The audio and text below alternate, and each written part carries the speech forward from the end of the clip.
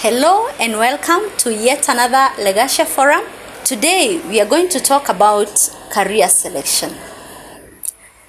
Good career decision making is based on both the internal and the external factors. The reality is that many times people give emphasis on the external factors which are not within their control. And we are not trivializing the environment. It is important to know the facts before you get in there. But remember, even an organization, when undertaking strategic planning, they begin by first of all doing a SWOT analysis before they can move into the PESTEL. In short, those internal factors, they are important. You cannot ignore them because you're the center of decision making when your career is concerned. You're both the greatest contributor, you're also the recipient of both benefits and consequences that come with any career. The more you know about yourself, those are the internal factors, the easier it becomes for you to narrow down your choices. Therefore, you are at the center of it and you cannot ignore that. I want to begin with a short story about a lady called Anita. It is the thing that kept Anita awake at midnight. The misery of another Monday was just making her sick. She dreaded report writing and meetings and she couldn't take any more of it. But the thing is that Anita was no longer 19 again. The thought of starting afresh was so terrifying to her. But she took this turn 15 years ago when she enrolled herself into actuarial science degree. At the time, she picked what was most prestigious, and everybody who mattered nodded. She went ahead to prove herself, and she gained stellar credentials and even registered as a professional in the field. And before long, she landed a prime job in an investment company. Anita was a hardworking girl. She went ahead to learn the ropes of the organization pretty fast. She was admired even in the organization by foes and allies alike. You realize that Anita, everybody around her was happy. Her parents were incredibly proud of her. Her friends were astounded by the astonishing success that she had done at a young age. But inside her, she sensed as though there was this inner alarm that kept humming that she's on mark time. She actually sensed as though she's stagnating while everybody else was happy. Her employer was not even the least disappointed. It was not the least disappointed. Anita had learned the ropes of the organization. She was being groomed for her next promotion. Until when she told herself that truth is truth and it needs to be confronted. You can just imagine the sort of shock that met the MD when she decided to disclose that she's considering leaving the field.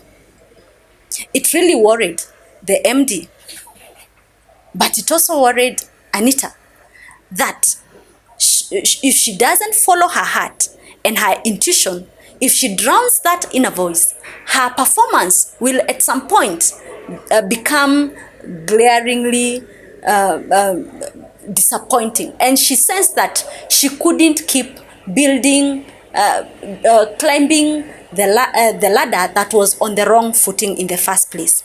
So she confronted the truth. She was in the wrong job. She was in the wrong field altogether. All along, Anita wanted to be a fashion designer. And that is the truth she had refused to confront. Now she was 35. What to do? But when you realize that a mistake has happened, you must respond to it in a loving manner, not in a self-shaming manner. The idea is that these internal factors, for career decision making were not factored into when Anita chose her career.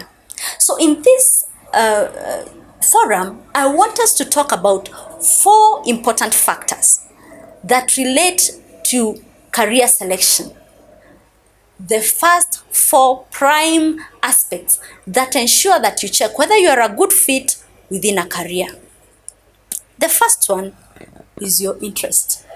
An interest could be an activity, a leisure, or even a vocational interest. But you realize that whenever you work in an area of interest, you work effortlessly. You find that you can identify your interest from maybe favorite subjects, things that you just like talking about, things that you can do for fun, even for free, things that just give you an inner energy. You have affinity for them, you have curiosity for them, and an interest could be a topic, and it could be an activity, whatever it be. But an interest gives you some energy that excites you and helps you focus. The second factor is your work preferences. And your work preferences are related to your values. And our values are like our fingerprints. They are not the same. What you hope to create as an impact in an organization will be different from what another person hopes to create. But all of us are living those values, those fingerprints everywhere we go, because our preferences that are in sync with our values are those deeply held beliefs that automatically describe who you are. And whenever you are in a career or an occupation or even an entrepreneurial activity that well aligns with your value, you have peace of mind, and that harmony translates into better productivity while you're at work. The third aspect that I would want us to talk about is your personality and the work environment. You realize that we need to be free, to be ourselves, because we are all unique, and you cannot do well in a career when you're not yourself. And what makes you stay within a work environment relates to how well it is compatible to you. Some people prefer a fast-paced organization where things move fast. Others prefer a slower pace. Some people prefer to work outdoors. Maybe they would want an office near the mountain where they could go climbing. Another person wants total silence indoors. Other people thrive in an environment that is corporate. Others would want to have an organic organization that is blending in with their lifestyle. So your personality is another internal factor that you cannot ignore, and how that affects which environment you work best. The fourth and very important aspect as an internal factor to consider are your skills. While as interests are things that you enjoy to do, skills are what you're able to do. And your skills, they are skills that you like, they are those that you may not particularly like, but you're able to do them. So you realize that you may have what we call favorite skills versus those transferable skills. Transferable skills are those that you can use across industry. And skills can be learned, or you can gain a new skill. Some skills come more naturally, and they could as well be said to be your strengths or your talents. However, to hone them or to translate them into something that you can use in the industry, it will take hours and hours of investment. But developing this relevant skill set becomes very key for you to do well at work. So you find that it is really a premise of being able to be patient with yourself, to hone those skills into something that can be utilized within an organization.